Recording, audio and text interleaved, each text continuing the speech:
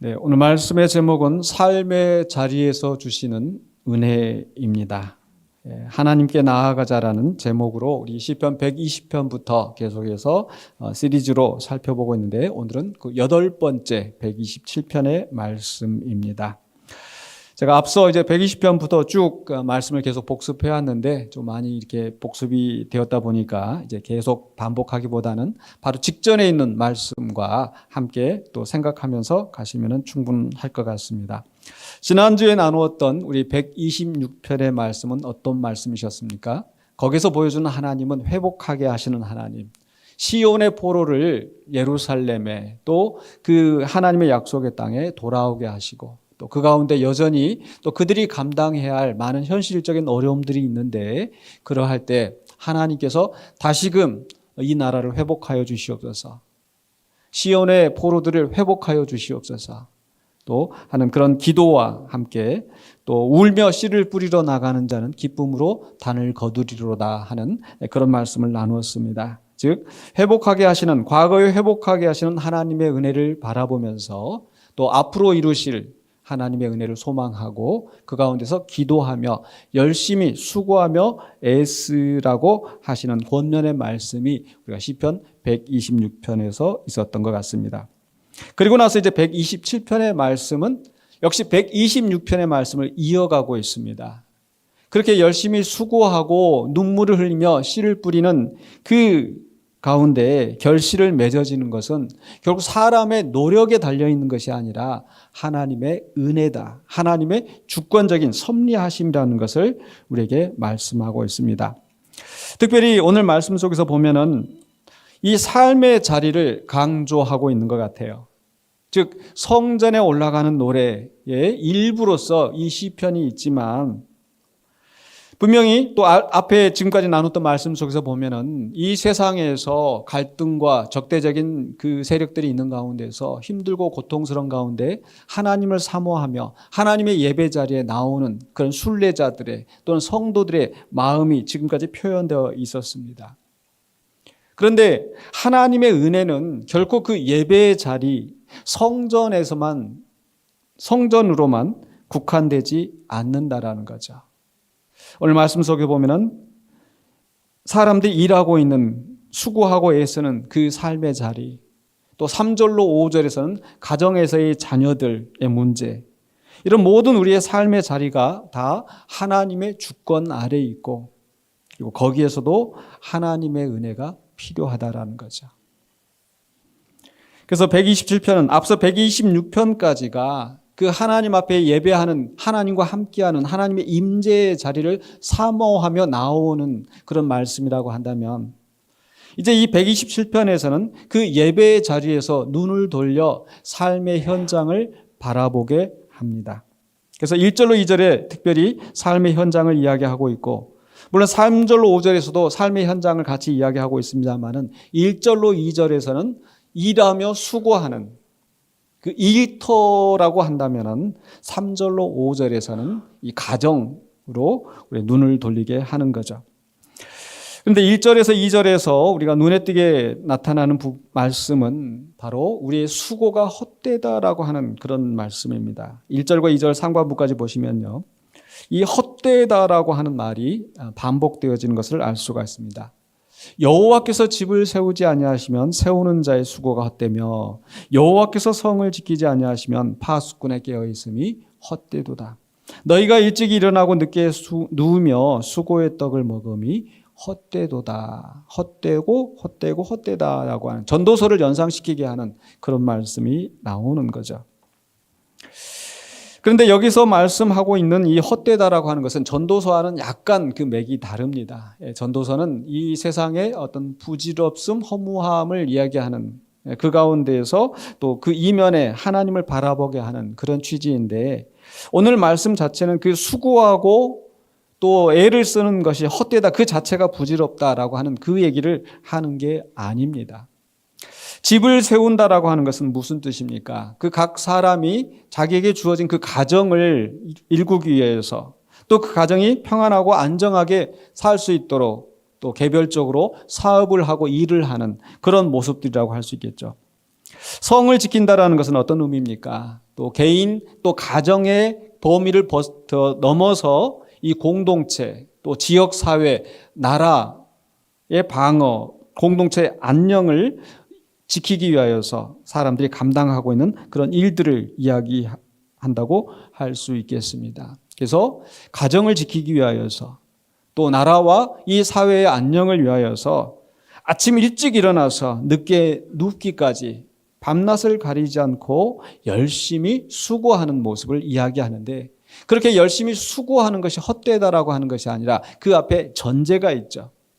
여호와께서 하지 아니하시면, 하나님께서 역사하지 아니하시면, 하나님의 은혜가 없이는 그렇게 열심히 수고하고 머리를 짜내서 궁리를 하고 추진을 하고 하는 것이 온전한 열매를 맺을 수 없다라는 뜻이죠.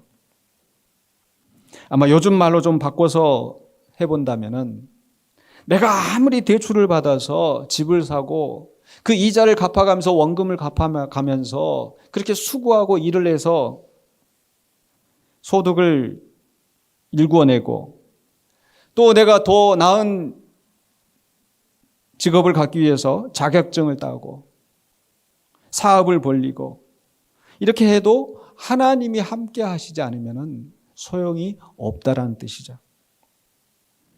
또 우리는 우리의 안전을 위하여서 CCTV를 설치를 하고, 사고가 났었을 때는 또 그것에 대비하여서 보험에 들기도 하고 하는데, 내가 그렇게 열심히 내 안전을 위해서, 안녕을 위해서 그렇게 노력한다 하더라도 하나님이 지키지 않으시면 소용이 없다라는 거죠. 세상에서는 더 열심히 일하고 더 열심히 수고하면 그 일한 만큼 소득을 얻는다, 그렇게 말을 합니다. 영어 속담에서도 일찍 일어나는 새가 벌레를 잡아먹는다, 그런 뜻이 있죠. 또 한때 새벽형 인간, 새벽에 열심히 일찍 일어나서 또 아침에 루틴을 이렇게 세우고, 그래서 유튜브나 이런 데 보면은 그런 그 여러 가지 비결들이 많이 나옵니다. 또는 늦게까지 야근을 하면서, 또 다른 사람들이 보기에 저 사람은 일 중독이다 할 만큼 또 열심히 일을 하고 수고하는, 어쩌면 이 경쟁 사회 속에서 남들보다 더 치열하게 일을 해야 살아남을 수 있다는 그런 마음 속에서 그렇게 일을 합니다. 그렇게 열심히 사는 것이 가치가 없다라는 뜻이 아니고, 하나님의 역사하심이 궁극적으로 우리가 바라는 성공을 이루게 한다는 것입니다. 거기에 우리는 열심히 일을 해야 되죠. 집을 세워야 하는 사람은 집을 열심히 건축을 해야 할 것이고, 성을 지키는 사람은 그 시간을 따라서 또 자기가 감당해야 할 몫을 열심히 감당해야 합니다. 그러나 우리가 인정해야 될 것은, 그렇게 내가 아무리 열심히 수고하고 애를 써도 결국 그 일을 이루시는 분은 하나님이시라는 것을 우리가 잊어버린다면 그것이 아무런 소용이 없다라는 거죠. 성공은 우리에게 달려있는 것이 아닙니다. 하나님께 달려 있습니다. 우리 속담에 밑 빠진 독에 물 붓기라는 말이 있죠. 아무리 물을 부어도 열심히 아무리 큰 통으로 가져다가 아무리 자주 물을 붓는다 하더라도 그 독에 밑이 빠져 있다면 물이 찰 수가 없습니다. 즉 내가 아무리 열심히 해도 하나님과의 관계가 잘못되어 있다고 한다면 그게 바로 밑 빠진 독에 물 붓기라는 거죠. 열심히 수고하며 애쓰는 것이 결국은 아무런 소용이 없다라는 겁니다. 그렇기 때문에 노력하지 않아도 하나님과 관계만 잘 돼 있으면 된다는 그런 뜻이 아니라, 우린 수고하고 애쓰기 전에 먼저 우리가 짚어야 될 것은 하나님과의 관계를 바로 세워야 된다는 거죠. 그게 마치 집을 지을 때, 집을 짓는 사람이 가장 먼저 신경을 써야 될 게 뭐겠습니까? 여러 가지가 있겠지만 그중에서 가장 중요한 것은 건축을 하기 위해서 그 안정된 집안, 탄탄한 집안을 찾아야 될 것이고, 그 집안 위에 기초를 든든하게 세워야 이 집이 세워지는 것이지, 그런 것 없이 그저 아무데나 편하다고 해서 집을 세우고 비싼 자재를 들여다가 아무리 높이 쌓아도 그 집안이 튼튼하지 못하면 소용이 없는 것과 같은 이치입니다. 특별히 오늘 시편 127편의 말씀 그 표제에 보면은 솔로몬의 시라고 이야기를 하고 있습니다. 대부분의 시들이 다윗의 시라고 되어 있는데 오늘 말씀은 솔로몬의 시인 거예요. 그래서 이 전도서의 저자인 솔로몬이 헛되다라고 하는 그 솔로몬의 그 언어의 습관들을 우리가 볼 수 있는 부분이기도 하죠. 근데 솔로몬은 어떤 사람입니까? 바로 성전을, 그 위대한 하나님의 성전을 지었던 사람이죠. 왕궁을 건축을 하고 수년에 걸쳐서 사람들을 동원하고 일꾼들을 세워서 정말 그 건축 작업을 멋지게 했었던 사람입니다. 또 예루살렘에 있는 성전과 왕궁뿐만 아니라 이 역사서를 살펴보면은 지방에 있는 도시들도 잘 건설하였던 그런 사람입니다. 최고의 건축가였고 최고의 행정가였고 그리고 많은 성공을 이루어냈습니다. 그런 그가 나 정도 지혜니까, 나 정도 능력이 있으니까 이 일을 할 수 있다라고 이야기하지 않고 결국 하나님이 세우시지 않으면 소용이 없다란 그 고백을 20편 127편을 통해서 하고 있는 겁니다.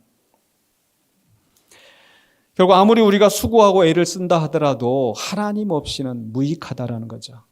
그 말은 바꿔서 얘기하면 우리의 수고와 열심이 무익하게 되지 않으려면 어떻게 해야 된다고요? 하나님과의 관계를 먼저 바로 세워야 합니다. 범사의 하나님을 인정하고 하나님의 뜻을 구하고 하나님이 기뻐하시는 방법으로 열심히 수고하며 애쓸 때에 하나님께서 선한 열매를 거두게 하실 줄로 믿습니다. 그래서 성경은 우리에게 말씀합니다. 사람이 그 길을 계획할지라도 그 발걸음을 인도하시는 분은 하나님이시고 그 일을 성취하시는 분은 하나님이라고 성경은 우리에게 분명히 말씀하고 있습니다. 또한 너는 범사에 하나님을 인정하라. 그리하면 이루시리라. 신약 성경에 와서도 야고보서에 있는 말씀을 통해서 부하려고 하는 자들아, 또 장사를 하려고 하면은 너희가 이 도시에 가서 장사하고 저 도시에 가서 장사하라고 한다고 할 때에 하나님이 허락하시면 그것을 한다라는 그런 겸손한 자세로서 사업을 해야 된다는 거죠. 그래야 할 때 하나님께서 이루신다는 거죠. 그리고 나서 이제 2절 하반부에서는 앞에 1절과 2절 상반부에서는 헛된 수고라고 하는 거. 하나님 없는 그런 수고는 헛된 수고라고 이야기를 하면서 2절 하반부에서는 복된 안식을 우리에게 말씀하고 있어요. 하반부 2절 하반부 말씀 보시면요. 그러므로 여호와께서 그의 사랑하시는 자에게는 잠을 주시는도다. 이 그러므로라고 하는 것이 앞뒤가 연결이 맺기가 참 쉽지 않은 것 같아요. 이렇게 수고하고 애쓰는 것이 헛되다라고 하면서 그러므로 잠을 주신다. 이것은 어떤 의미일까? 사실 저는 이 말씀을 생각할 때마다 시험에 들 때가 많이 있습니다. 왜 시험에 드는가? 잠 때문에 굉장히 고통을 많이 받는 사람이거든요. 미국에 가서 공부할 때 시간이 쫓기고 막 이러니까 그때 아마 하루에 평균 한 4시간씩을 계속 아주 오랫동안 평균 우리 4시간 자다 보니까 그게 습관이 돼서 그런지 지금도 조금만 더 신경 쓰고 일을 또 할 일이 많아지면은 계속 누우면서도 머릿속에서 계속 생각이 돌아가면서 잠을 자지는 못하는 거예요. 어떤 때는 피곤해서 좀 일찍 자면은 이제 한 10시나 너무 피곤해 자야겠다 그럼 10시에 잠 자잖아요. 12시에도 일어나고 1시에도 일어나고. 근데 아마 웃으시는 분들은 대부분 그런 고민들을 아마 많이 하시는 그런 분인 것 같아요. 그러다가 이 말씀을 딱 생각을 하면은 하나님이 나를 사랑하시지 않는가 보다.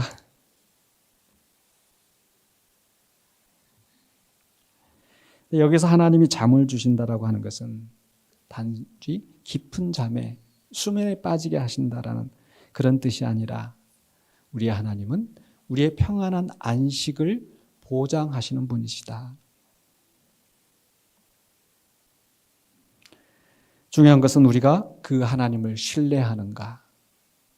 그렇지 않고 그 하나님을 신뢰하지 못하기 때문에 스스로 염려하고 불안해하고 또는 강박 때문에 잠을 들지 못하는 우리의 모습이 아닌가. 그러니까 신체적인 변화 때문에 나이가 들어서 호르몬 때문에 또 어쩔 수 없이 잠을 못 자는 것은 그것은 하나님의 사랑과는 상관이 없는 거예요. 그런데 일에 대한 염려와 걱정 때문에 초조해하고 불안해하고 그런 삶을 우리 하나님께서 원하지 않으신다라는 겁니다. 하나님을 신뢰하는 사람은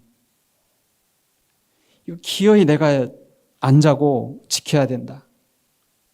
내가 조금이라도 더 열심히 일해야 내가 이것을 할 수 있다라는 자기를 의지하지 아니하고 하나님을 의지하고 최선을 다하되 나를 지키시고 나에게 필요한 것을 채우시는 우리 하나님을 믿고 편안히 잠들 수 있는 겁니다. 우리 하나님 졸지도 아니하시고 주무시지도 아니하시고 하나님의 열심으로 그 하나님이 뜻하신 선하신 일을 이루시는 분이기 때문에 우리는 그 하나님을 믿고 편안하게 잠들 수 있는 거예요. 그래서 참된 신앙은 나에게 주어진 일을 최선을 다하되 그 결과는 하나님께 맡기고 평안히 잠들 수 있는 용기를 가지는 것이 참된 신앙의 모습인 줄로 믿습니다. 그래서 몸 상태에서 오는 불면과 상관없이 과연 내가 하나님이 나에게 잠을 주신다는 것을 믿고 안정을 취하느냐 그렇지 않느냐 그 차이라는 거예요. 오늘 말씀은 너희가 이렇게 하면 잠을 잘 수가 있다. 너희가 하나님을 사랑하고 하나님을 기쁘시게 하면 잠을 잘 수 있다. 이런 말씀이 아니잖아요. 오늘 말씀 뭐예요? 여호와께서 사랑하시는 자에게 하나님의 일을 말씀하고 있는 겁니다. 하나님이 어떤 분이신지를 설명하고 있는 거예요. 내가 얼마만큼 해야 하나님이 나를 사랑하시는가가 아니라 하나님은 이미 우리를 사랑하시는 분인 줄로 믿습니다. 믿습니까? 내가 잠을 잘못 자는 거 보니까 하나님 나를 사랑하시지 않는 게 틀림없어가 아니라 사실 이 말씀은 여호와께서 그 사랑하시는 자에게 잠을 주신다라고 했었을 때 이 저자가 누구라고 그랬어요? 이 시에 쓴 사람이 솔로몬이라고 그랬잖아요. 솔로몬의 또 다른 이름은 여디디야. 하나님의 사랑받는 자라는 그런 뜻이 솔로몬에게 있어요. 솔로몬이 어떤 사람입니까? 다윗이 그 부하의 아내 밧세바를 취하여서 정식 아내로 맞이한 뒤에 그리고 그 사이에서 난 아들이 솔로몬이잖아요. 인간적으로 따지고 보면은 죄의 자식, 불륜의 자식 그렇게 될 수도 있는데 하나님께서는 그 솔로몬을 아니야. 너는 내 사랑받는 자야.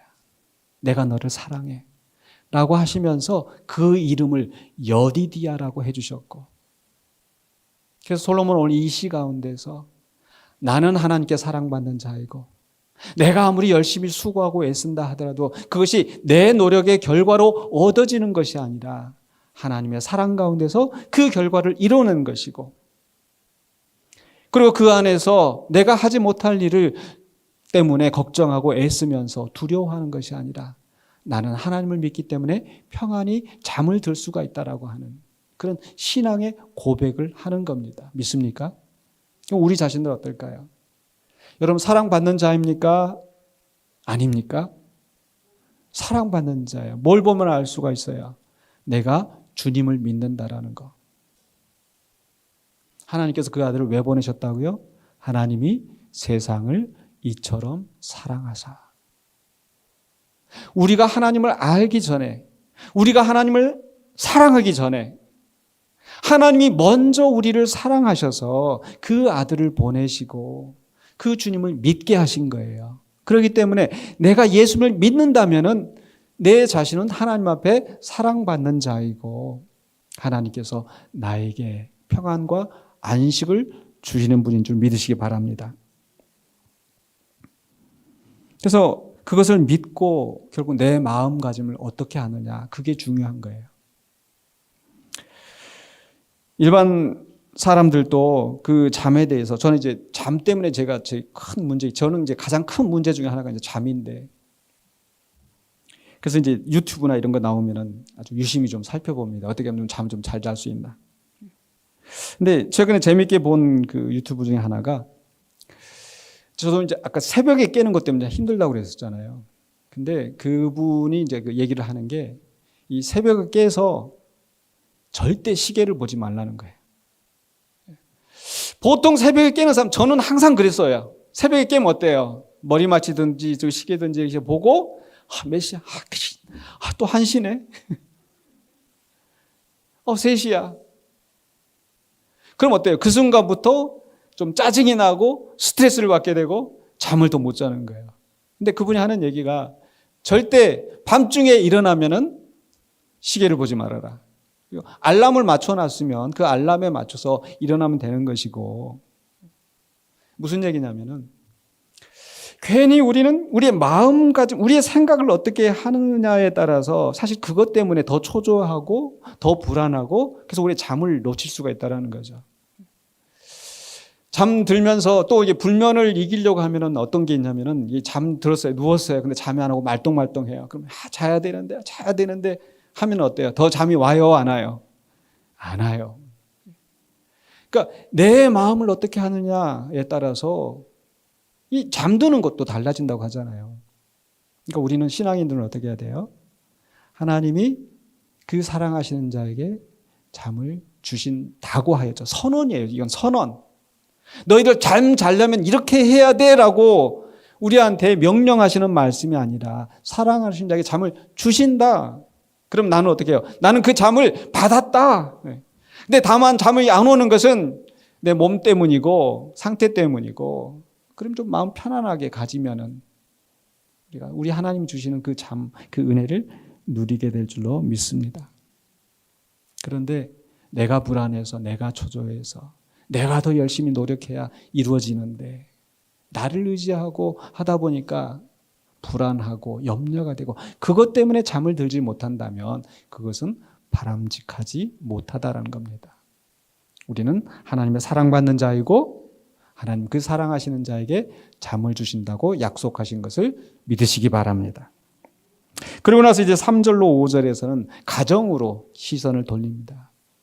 일터에서, 공적인 자리에서 우리의 시선을 돌려서 가정을 보게 하는데, 특별히 자식, 다음 세대를 생각하는 말씀이 나옵니다.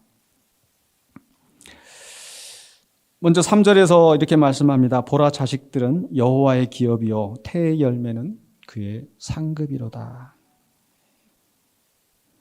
자식은 어떤 존재인가? 오늘 성경 분명하게 말씀하죠.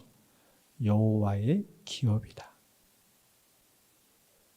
하나님이 주시는 최고의 상급이다.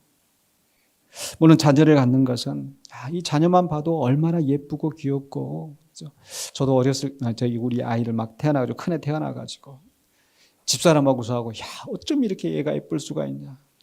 저희가 그랬거든요. 남양분유의 모델로 보내야 되겠다고.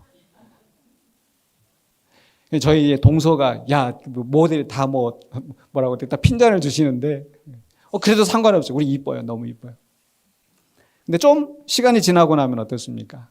그냥 하는 짓도 이리 밉고 저리 미운 짓 하고, 미운 세살 겪게 되는데. 근데 정상적인 부모들은 또 그렇게 하면서 또 자녀들 키워나가고 이렇게 하잖아요. 근데 좀 간간히 뉴스에 나오는 걸 보면 그 어린 피부치를 학대를 하고, 성적으로, 폭력으로, 언어로. 더군다나 우리나라에 지금 심각한 건 무엇입니까? 지금 출산율이 전체적으로 이제 저조되어지고 있고, 가장 심각한 OECD 국가 중에서 1위라나 그 출산율이 낮기로. 이제 인구 절벽을 걱정을 해야 되고, 이제 몇십 년 후면은 이 절반 이상이 고령화된 초고령화 사회로 우리가 진입하고 있고, 왜냐하면 다음 세대는 나지 않고 나이는 들어가고, 시간이 지나면서 나이는 들어가고, 우리 교회도 좀 비슷한 아픔을 지금, 어려움을 지금 겪고 있는데, 시간이 지나면서 계속 우리는 나이는 들어가는데 다음 세대가 들어오질 않아요. 제가 직분자 때문에 우리 좀 그 나이들을 제가 어제 그 이제 다 조사를 해보니까 우리 가장 어린 집사가 그전에는 84년생이었는데 가장 최근에 세운 우리 황주성 집사가 그러니까 94년생이야. 그 안에 10년 동안에 아무도 없어요.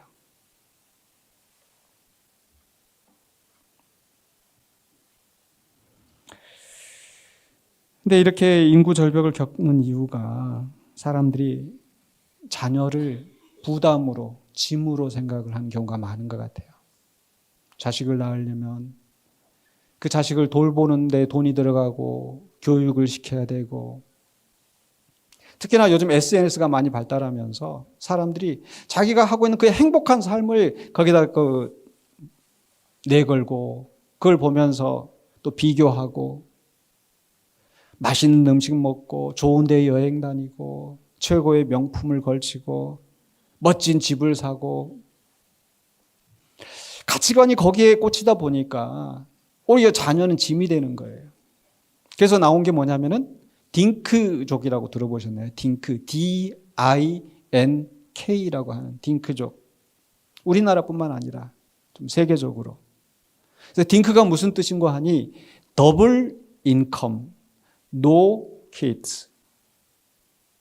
애들을 키우려면 양육비가 많이 들고 교육비가 많이 들고 하는데 그러다 보니까 내 쓸 것이 없어지고 내 자랑할 것이 없어지는데 애들이 없으면 거기에 누가 붙어서 양육하지 않아도 되고 그럼 남편이든 아내든 다 같이 나가서 일을 하고 그래서 수입이 더블이 되는 그래서 자기들이 원하는 대로 누리면서 살 수 있는 자녀들에 대한 가치관이 약해지고 오히려 헛된 세속적인 것에 많이 기준을 두다 보니까 앞으로는 정말 인구 절벽, 인구 소멸을 걱정해야 되는 그런 시기가 되었습니다. 그러나 성경은 말씀합니다. 자식은 결코 짐이나 부담이 아니라 뭐라고요? 여호와의 기업이다. 하나님의 상급이다. 그래서 우리가 자녀들을 바라볼 때 어떻게 바라봐야 돼요? 사람들이 너무 자식 키우다가 힘들고 말 안 듣고 커서 이제 머리 굵어졌다고 이제 뭐 말 안 듣고 그런 거예요. 저거 자식이 아니라 저거 이렇게 생각을 하잖아요. 네.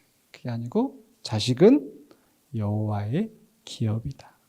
하나님의 상급이고 선물이다. 믿으시기 바랍니다.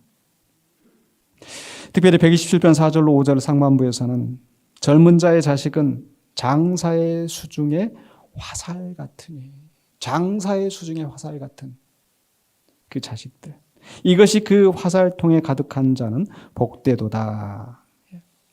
특별히 이 고대 사회에서 이 자녀는 굉장히 어떤 우리나라도 그랬습니다만은 자식들 낳으면 다 이게 집안에서 이게 노동할 수 있는 농사 짓고 이렇게 했었을 때는 그 자녀들 낳은 게 다 노동력이었었잖아요. 또 전쟁이 나거나 문제가 생겼을 때 지키고 보호할 수 있는 이 공동체를 지킬 수 있는 그런 자원들이었어요. 그래서 5절 하반부에서도 이렇게 말씀하고 있거든요. 그들이 성문에서 그들의 원수와 담판할 때 수치를 당하지 아니하리로다. 저도 그런 경우를 어렸을 때 본 것 같아요. 이웃 간에 싸움이 나는데 이쪽 집에서는 자식들이 많아가지고 싸우니까 자식들이 다 나와가지고 우르르 하고 이쪽은 자식이 없으니까 좀 이렇게 좀 세상편으로 좀 꿀리는 듯한 하나의 예의지만 자식들은 짐이 아니라 하나님의 상급이고 기업이고 나의 든든한 배경이 된다라고 말씀하고 있는 거예요. 특별히 성문에서 그들의 원수와 담판할 때 수치를 당하지 아니하리라고 하는 이 말씀은 이 성문은 이 고대 사회에서 이 재판이나 어떤 공적인 판단이 이루어지는 곳이었습니다. 어떻게 보면 오늘날 우리에게 그런 성문과 같은 곳이 있다면 어디겠어요? 친척들이 모이는 자리, 동창회 자리에서 사회적인 평가가 이루어지는데 근데 우리가 자칫 여기서 우리가 실수할 수 있는 것은 그런 자녀들이 마치 내 자랑거리, 내 성공의 어떤 기준으로 삼으려고 해서는 안 된다라는 거죠. 사람들은 이 자녀를 성공시키는 것이 큰 일로 생각을 하고, 그래서 그 자녀들이 좋은 학교에 가고 성공하고, 그걸 위해서 어렸을 때부터 조기 교육을 시키고 선행 교육을 시키고, 그 자녀를 생각하는 것보다 어쩌면 내 자신을 위해서 하고 있는 것은 아닌지, 내 자신의 체면, 내 자신의 자랑 때문에 하고 있는 것은 아닌지, 내 자존심을 채우기 위해서. 그러다 보니까 불안하고, 뜻대로 안 되면 화가 나고, 그러다 보니까 더 자녀들을 닥달질하고 통제하려 하고, 그런 문제가 생길 수 있다라는 거죠. 성경은 뭐라고 말씀해요? 자녀는 내 소유가 아닙니다. 누구의 소유예요? 하나님의 소유, 하나님의 기업. 나는 잠시 그 기업을 맡아서 일을 하는 청지기입니다. 또 하나님의 상급이라고 하는 것은 하나님이 나를 사랑하시고 나에게 베풀어 주신 선물이라는 것.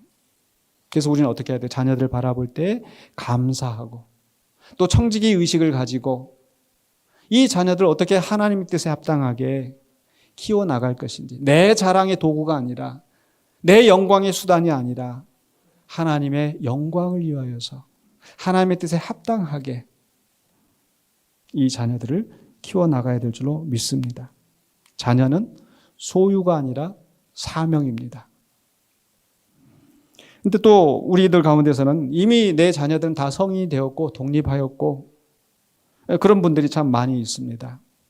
그럼 우리 그런 장년들을 위하여서 우리가 이 말씀을 우리가 어떻게 적용할 수 있을 것인가? 오늘 말씀 속에서 보면 그 젊은 자의 자식 수중의 화살과 같다라고 했는데, 사실 이미 또 나이 드신 분들한테는 이미 그 화살은 우리의 수중을 떠나서 이미 날아가고 있는 그런 상태일 것입니다. 근데 그런 속에서 때때로 우리 성인 자녀들이 내 기대 갖지 않을 때, 나에게 필요한 도움을 주지 않았을 때 우리는 섭섭해할 수 있습니다. 또 특별히 신앙생활을 하는 것이 또 내 기대에 미치지 못할 때는 더 마음 아파할 뿐만 아니라 또 그것 때문에 또 더 간섭하고 통제할 수가 있습니다. 그러나 우리는 그 자식들은 하나님의 기업이다. 내 소유가 아니라, 내 책임이 아니라. 물론 우리가 감당해야 할 부분이 있는데, 그러나 이미 성인이 되고 보낸 자녀들이라면 이제는 어떻게 해야 돼요? 하나님께 맡기시기를 바랍니다. 하나님께 맡긴다는 것은 무슨 뜻이겠어요? 이제 뭐 하나님 맡겼으니까 나랑 상관없다가 아니고 우리는 뭐 해야 돼요? 기도해야 되는 줄로 믿습니다. 하나님 주신 기업, 이제는 내 손을 떠났는데 하나님께서 주관하여 주시옵소서. 그래서 우리는 기도로 그 밑불을 지펴야 돼요. 그래서 지나친 간섭이나 또 불안해하고 통제하려고 하고 그런 것이 아니라, 또 충고하고 그러기보다 우리는 뒤에서 묵묵히 기도하는 우리가 되어야 될 줄로 믿습니다. 그 기도 가운데서 우리는 뭐 해야 되겠어요? 축복해야 되죠. 나이 드신 부모님들이 할 수 있는 가장 최고의 우리의 일은 축복하는 겁니다. 여러분 성경에 보시면 여러분 축복을 누가 하던가요? 어떤 사람이 축복하던가요? 이삭 언제 축복했어요? 눈이 어두워서 보지 못하는 자기 아들 조차도 구분하지 못할 그 나이 때에 야곱을 축복을 하고, 야곱은 또 언제 축복을 했어요? 나 죽기 전에 그 12아들을 또 그 손자들을 놓고 축복하잖아요. 모세는 역시 모세도 죽기 전에 그 이스라엘의 12자손을 위하여서 축복했습니다. 사실 야곱을 보면은요, 참 젊었을 때 얼마나 대단했습니까? 정말 치열하게 그 형과 경쟁을 하면서 또 외삼촌 집에 도망가가지고 거기서 사업을 일구면서 그 사촌들과의 그 다툼 속에서 또 돌아와서는 또 세겜 족속과 다투면서 참 험난하고 고통스러운 세월을 살면서 참 치열하게 살았었잖아요. 그런 속에서 야곱은 아마 마음이 좀 다급했을 거예요. 그런데 그가 말년에 이제 그가 할 일은 따로 없어요. 근데 그에게 주어진 중요한 일이 있었어요. 그게 뭐예요? 자녀들을 위해서, 자자손손을 위해서 축복하며 기도하는 겁니다. 그래서 혹시라도 여러분, 내가 이제 나는 다 늙었고 내 뒷방 늙은이 취급당하고 서럽고 그런 생각하지 마세요. 우리에게는 가장 중요한 사명이 있어요. 그게 뭐예요? 자녀들을 위해서 축복하며 기도하는 겁니다. 그게 우리 믿음의 선진들이 보여주는 모습들이었어요. 얼마나 중요합니까? 그래서 우리 할머니, 할아버지들은 자녀들을 위하여서, 자식들을 위하여서, 손자, 손녀들을 위하여서, 그리고 단지 세속적인 성공을 위해서가 아니라 하나님의 자녀들로 아름답게 성장할 수 있도록 축복하며 기도하실 수 있기를 주의 이름으로 축원합니다. 또 내 육신의 자녀가 아니더라도, 혈연이 아니더라도 우리에게는 영적인 자녀들이 있어요. 우리가 감당해야 될 다음 세대가 있어요. 영적인 자녀들은 어떤 사람들입니까? 내가 전도한 사람은 내 영적인 자녀예요. 사도 바울이 그 성도들을 향해서 내가 주 안에서, 그리스도 안에서 내가 너희를 낳았다. 내가 아비가 하듯 어미가 하듯 너희를 양육하고 훈계한다고. 사도 바울은 결혼 안 한 사람이에요. 그런데 그가 낳은 영적인 자녀들을 위해서 기도하고 양육하고, 또 내가 전도하지 않았다 하더라도, 내가 직접 전도하지 않았더라도 나보다 더 늦게 교회에 발을 내딛는 사람, 오면 나랑 상관없는 사람, 나랑 친하지 않는 사람이 아니라 그를 나의 자녀로 우리가 받아들이고 우리가 그를 위해서 기도하고 따뜻하게 맞아들이고 영접하는 것이 우리 먼저 믿는 성도들의 모습이 되어야 될 줄로 믿습니다. 또 그 안에서 특별히 교회 직분을 받은 자들이 목자로서, 또 권사로서, 집사로서, 장로로서 우리 성도들을 돌보는 것, 그 성도들을 바라볼 때 짐이나 부담이 아니라 뭐라고요? 여호와의 기업이고 하나님의 상급이다. 또 우리 교회 전체로 봐서는 공동체 입장에서 보면은 바로 우리의 어린 다음 세대들, 유소년부, 중고등부, 청년부, 이들이 다 우리의 자녀들이고 여호와의 기업이고 하나님의 상급인 걸 믿으시기 바랍니다. 교회에 오면 막 아이들 막 떠들고 다니고 예배 시간에 막 시끄럽게 하고, 저것들 안 보였으면 좋겠다, 그러시면 안 돼요. 하나님의 상급이고 하나님의 선물인 줄 믿으시기 바랍니다. 우린 열심히 일해서 열심히 헌금하고 11조 내고 하고 있는데 저것들 우리 돈 다 갖다 쓰네? 집에서 그러시는 분들 없잖아요. 내가 열심히 벌어서 그 자녀들 양육하고, 그래서 이 자녀들이 수중의 화살과 같이 되어서 이제 그 역량을 발휘할 수 있게 하는 것, 그게 가정에서 이루어지는 것처럼 우리 교회 안에서도 우리가 다음 세대를 우리의 짐이 아니라 부담이 아니라 다음 세대의 하나님의 나라를 이어갈 역군으로 우리가 바라보면서, 하나님의 기업으로 바라보면서 잘 양육해야 될 줄로 믿습니다. 이제 말씀을 마무리하겠습니다. 지금까지 하나님의 말씀, 성전에 나아가는 노래, 하나님의 예배 자리를 사모하면서 기도하고 찬양하고, 그런데 그게 끝이 아니고 거기는 시작인 줄로 믿습니다. 이제 우리는 하나님으로부터 하나님의 영광을 보고, 우리 교회 표어처럼 모여서 하나님의 영광을 보고 거기서 끝이 나고 우리가 이 교회를 떠날 때 하나님과 작별을 하는 것이 아니라 하나님과 함께 그 길을 나서는 줄로 믿습니다. 어디로 가야 돼요? 세상을 향하여서, 나의 삶의 자리를 향하여서 우리는 나가는 겁니다. 그런 의미에서 주일이 바로 한 주간의 시작이라고 하는 것이 굉장히 중요한 의미가 있습니다. 여러분, 우리 달력에 보면 어때요? 주, 월, 화, 수, 목, 금, 토. 세상에서 비즈니스는 뭐예요? 월요일부터 시작해서, 어떤 달력 보면 월요일부터 시작하는 달력들이 있어요. 우리는, 우리의 한 주는 언제부터 시작해요? 주일부터. 사실 안식일은 언제였었어요? 한 주간의 끝에 있었잖아요. 하나님께서 엿새 동안 세상을 창조하시고 마지막 일곱째 날 안식하시면서 안식하라고 하셨는데, 근데 이것은 우리가 죄의 문제가 개입되지 않았을 때는 그게 맞아요. 열심히 일하고 하나님 주신 안식을 누리는 거. 그런데 인간이 범죄하고 타락하고 난 뒤로는 어떻게 되었습니까? 아무리 열심히 수고하고 애를 써도 땅이 저주를 받아서 가시와 엉겅퀴를 내고, 그래서 어떻게 해야 돼요? 그러면 근본적으로 우리가 하나님 앞에서 새로워져야 이제 그 새로워진 상태에서 나가서 열심히 수고하며 애쓸 때 하나님께서 그 열매를 거두게 하신다라는 겁니다. 믿습니까? 그래서 우리가 예배하는 이 자리는 그저 형식적으로 시간이 되었으니까 날짜가 되었으니까 그저 왔다가 가는 그 발걸음이 아니라 삶의 자리로 나가기 전에 하나님의 은혜를 경험하고 그 하나님의 은혜를 받아서 그리고 이제 삶의 자리로 가서 일터로 가서 가정으로 가서 나의 주신 사명을 감당하는 우리가 되어야 될 줄 믿습니다. 그리고 그 사명을 감당할 때에 여전히 그 자리에서 우리는 하나님의 은혜가 필요하다라는 것. 그 일을 감당할 때 내 지혜와 내 능력이 아니라 세속적인 방법으로 사람들이 하는 방식으로 일을 하는 것이 아니라 주님이 주신 지혜와 능력으로 하나님의 뜻을 이루어가기 위해서 순종하며 수고하는 우리가 되어야 될 줄 믿습니다. 그렇게 하나님과 함께 일할 때 우리의 수고가 헛되지 아니하고 하나님이 우리에게 주시는 풍성한 열매를 거두게 될 줄 믿습니다. 그렇게 일하시는 수고하시는 저와 여러분이 되시기를 주의 이름으로 간절히 축원합니다. 기도하겠습니다. 거룩하신 아버지 하나님 은혜를 감사합니다. 이 시간에 우리가 주신 말씀 붙잡고 이제 하나님 주신 은혜를 또한 붙잡고 나아가서 우리의 삶의 일터에서 가정에서 주신 사명 감당하고자 합니다. 성령님께서 인도하여 주시옵소서. 예수 그리스도 이름으로 기도하옵나이다. 아멘.